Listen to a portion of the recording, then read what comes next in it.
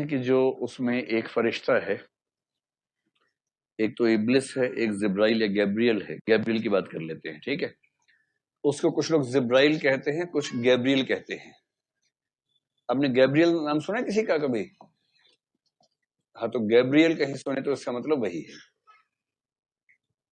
Gabriel की भूमिका कुछ कुछ वही है जो भारत में कह लीजिए कि कृष्ण जैसी भूमिका कुछ कुछ। कृष्ण विष्णु के अवतार हैं और कृष्ण ने वेद व्यास के सामने, अर्जुन के सामने गीता का ज्ञान पेश किया।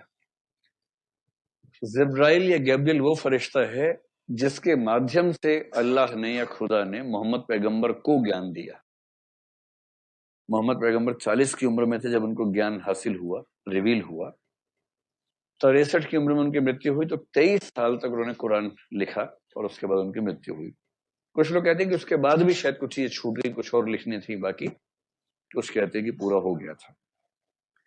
तो जिस एक महीने में वो ज्ञान प्राप्त हुआ उसी को रमजान का महीना कहते हैं। और रमजान का मतलब है कि इस समय मोहम्मद पैगंबर को जिब्राइल के माध्यम से खुदा अपना ज्ञान बख्श रहे हैं। ये उसके पीछे की कहानी, मोटी मोटी सी कहानी है, ठीक है। और एक कहानी मैंने आपको बताई थी कि बकरीद की शुरुआत कैसे हुई थी। तो इब्राहिम, नहीं सुनी इब्राहिम की कहानी? वो भी एक मिथ है, एक मिथक है। कहानी क्या है, वो आपने एक फिल्म देखी होगी, माई नेम इज खान। देखिए, माई नेम इज खान में वो कहानी का जिक्र है। इसमें शाहरुख खान अमेरिका की एक मस्जिद में बैठा है, वहां उस कहानी का जिक्र आ रहा है। कहानी यह है कि मोहम्मद पैगंबर के आने से बहुत पहले की बात है। मैंने एक बार आपसे कहा था कि यहूदी, ईसाई, इस्लाम तीनों धर्म एक ही परंपरा के सामी धर्म है। तो बहुत सारे पैगंबर हुए, जिनमें पहले पैगंबर को पैगंबर आदम कहते हैं कुछ लोग। एडम, आदम, जिसको ईश्वर ने पैदा किया फिर धरती पर भेज दिया था। फिर एक नूह नाम के पैगंबर हुए, नोआह या नूह कह देते हैं। नोआह या नूह वही हैं जिनकी कहानी पर फिल्म बनी थी 2012, 2012। आपने फिल्म देखी 2012 नाम की? प्रलय वाली कहानी, जैसे प्रलय आ गई, सारी सृष्टि खत्म होने वाली है और अंत में हर स्पीशीज का एक एक जोड़ा बचा लिया गया है। तो ये कहानी बहुत प्रसिद्ध है कि एक बार प्रलय आई तो ईश्वर ने हजरत नूह को भेजा कि सृष्टि को बचाओ। उन्होंने हर स्पीशीज का एक एक पेड़ बचा के सुरक्षित किया।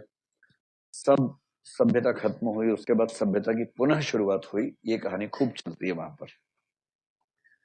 उन्हीं पैगंबरों की दुनिया में एक पैगंबर हुए हजरत इब्राहिम।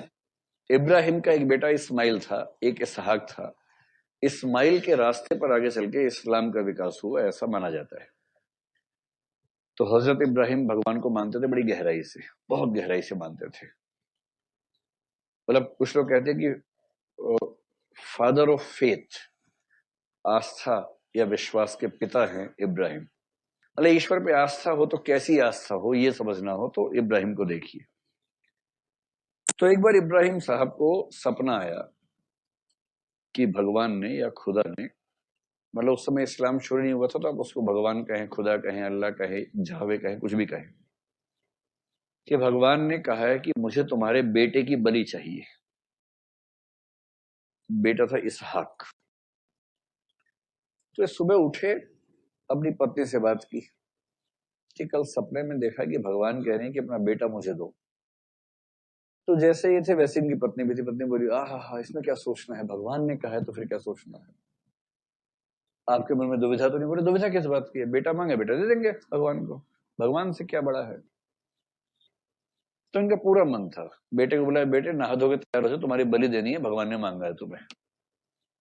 बेटा भी वैसा ही था, बोला जी पापा नहा के आता हूं। इतने में शैतान यानी कि इब्लिस को लगा कि ये तो मामला ठीक नहीं चल रहा, भगवान की शक्ति और बढ़ती जा रही है।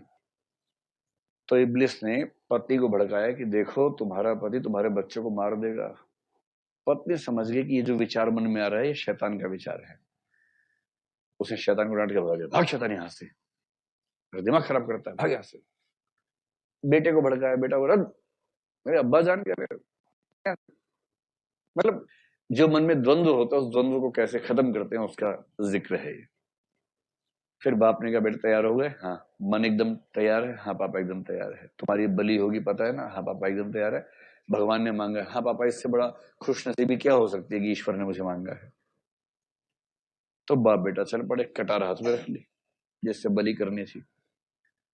तो बलि के स्थल पे ले गए, वहां एक पत्थर की चट्टान थी, उसके पड़ोस में उसको नीचे लिटाए जहां पर मतलब गर्दन काट सके। बहुत तेज धार वाला हथियार हाथ में लिया। रजमी है, कहानी ठीक चल रही है ना, ऐसी है ना कहानी। हाँ, तो उसके बाद इब्राहिम ने अपने बेटे की गर्दन पे खूब कस के वार किया, पर कुछ हुआ ही नहीं, एक बूंद खून नहीं निकला। अब इनको लगा ये क्या ड्रामा है भाई। इनको लगा कि बाकी लोगों ने अपने मेरे बेटे को बचाने के लिए जानबूझ के ऐसा हथियार दिया जिसमें धार है ही नहीं। गुस्से में आ गया कि तुमने ऐसा क्यों किया, और हथियार को पटक के मारा ऐसे, ये क्या दिया है मुझे। वो हथियार लगा सामने चट्टान पे और धार ऐसी थी कि चट्टान के दो टुकड़े हो गए। मिथक है, मिथक। और वहीं से वो हथियार उड़ता हुआ गया, उछलता हुआ गया, वहां एक पशु बंधा हुआ था, उसकी गर्दन पे चले गया, वो कट गया। उसके बाद कहा जाता है कि ईश्वर परीक्षा ले रहा था कि तुम ईश्वर की मोहब्बत में अपनी सबसे, मतलब सपने में ये नहीं था कि बेटा, सपने में यह था कि तुम्हें जो सबसे प्यारी वस्तु है मुझे उसकी बलि चाहिए। तो सुबह उठ के इब्राहिम ने यही कहा अपनी पत्नी से कि सबसे प्यारी वस्तु तो मेरा बेटा ही है। इस समय ईश्वर बेटे को मांग रहे हैं। और उसके बाद एक कंसेप्ट बन गया कि ईश्वर जो है ना, जिस चीज को सबसे ज्यादा प्यार करते हो, यदि उसकी बलि दे सकते हो ईश्वर के लिए, तो तुम ईश्वर के सच्चे भक्त हो। अल्लाह को प्यारी है कुर्बानी, कुर्बानी कुर्बानी कुर्बानी। अल्लाह को प्यारी है कुर्बानी। और उसके बाद से एक परंपरा चल पड़ी कि जो अपने बच्चे की तरह प्यारा हो उसकी बलि खुदा के लिए दोगे तो तुम खुदा के सच्चे भक्त हो। तब से परंपरा यह हुई कि एक बकरा या कोई पशु लोग पालेंगे अपने घर में, पालेंगे पोसेंगे, बच्चे की तरह पालेंगे उसको 1 साल तक, और फिर बकरीद के दिन उसकी बलि देंगे।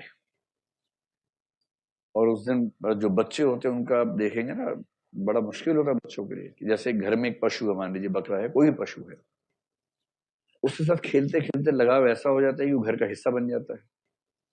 अब माँ बाप क्योंकि पहले से जानते हैं कि इसीलिए पाल रहे हैं कि अगले साल काटना है, तो वो मैच्योर भी है तो शायद थोड़ा भावनाओं पर कंट्रोल कर लेते हैं।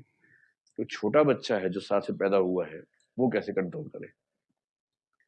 तो अक्सर ऐसा होता है कि ऐसे घरों में छोटे बच्चों को मैनेज करना उसमें बड़ा मुश्किल होता है, क्योंकि उनका सबसे अच्छा दोस्त है जिसकी बलि होने वाली है।